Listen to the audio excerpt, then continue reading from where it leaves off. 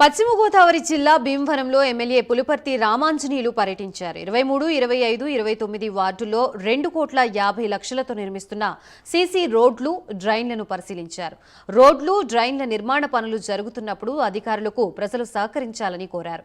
భీమవరం అభివృద్ధికి తన వంతు కృషి చేస్తానన్నారు ఎమ్మెల్యే పులుపర్తి రామాంజనేయులు. 25, 29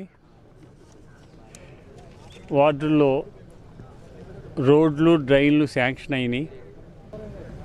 ఏ రోడ్డు వేసినా కూడా అది స్వయంగా చూసి వేయించాలి, నా కంటితో చూడాలని ఆలోచన చేసి నేనే స్వయంగా రావటం జరిగింది.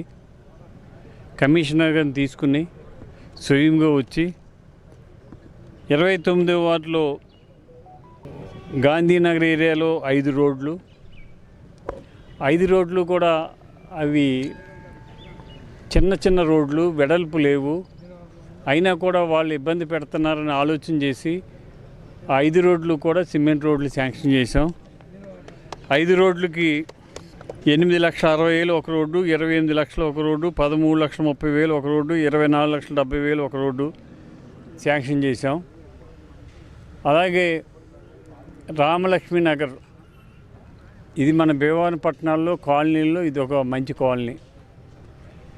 గతంలో నేను శాసనసభ్యుడిగా ఉండగా ఈ కాలనీలో అన్ని వీధులు కూడా సిమెంట్ రోడ్లు వేయించాను. అప్పటి నుంచి ఇప్పటి వరకు డ్రైన్స్ లేవు.